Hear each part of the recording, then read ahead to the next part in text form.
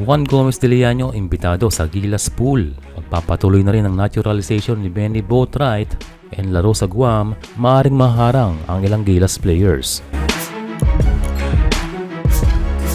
Malapit na ang laro ng ating national team pero meron pa rin mga issue na kinakaharap. Ang isa rito ay ang visa problem dahil ang bansang Guam ay US territory.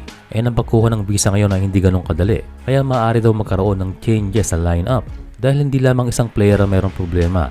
Ang ibig sabihin ay marami sa pool, kaya hassle din para sa national team itong Guam window. Pero nireveal ni Coach Tim Ko ng isa rito at ito ay si Carl Tamayo.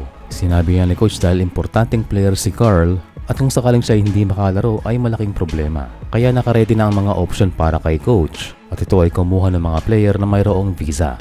Kaya sa ngayon parte na ng pool si Juan Gomez de Leano. Sakto naman ang kanyang statements dahil kailangan ng player nitong Gilas. And dahil sa addition ni Juan GDL ay nakita na siguro ngayon ng pamunuan na mahirap mag-stick sa iilang players lamang. Ayon kay Coach Tim ay matagal na namang nasa radar nila itong si Juan. Kanilang nakita na ang position ni Juan ay fit para sa team. Like makakatulong sa scoring, sa pagkontrol ng bola at mahusay sa pick and roll. Yan din ang isa sa dahilan kung bakit nakasama sa pool itong si Juan GDL. Hopefully ay hindi magkaproblema sa roster tracker ng FIBA dahil maaaring mapalitan ng ilang players dyan. Kaya maaaring hindi same faces ang ating makita. So ganun kabilis na imbitahan si Juan sa Gilas Pool. Pero ganun naman kailap para kina Renza Bando at Jordan Heading na mapasama sa pool. Pero ganun talaga, merong impormasyon ng pamunuan ng Gilas na hindi alam ng mga fans na katulad natin.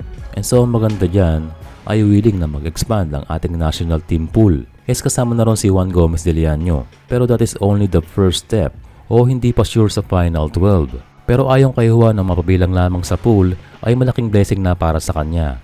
Ang kailangan niya lang gawin ay ipakita ang kanyang upgraded na laro at ang kanyang sipag sa practice. Kaya good luck sa bagong journey ni Juan Gomez de Leano. Samantalay nasa Pilipinas na si Benny Boatwright para ipagpatuloy ang kanyang naturalization.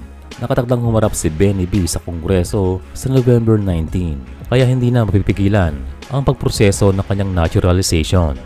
Malaking faktor ang kanyang paglalaro sa Taiwan, kaya anytime kung kailangan siya katulad ngayon ay madali siyang makakapunta.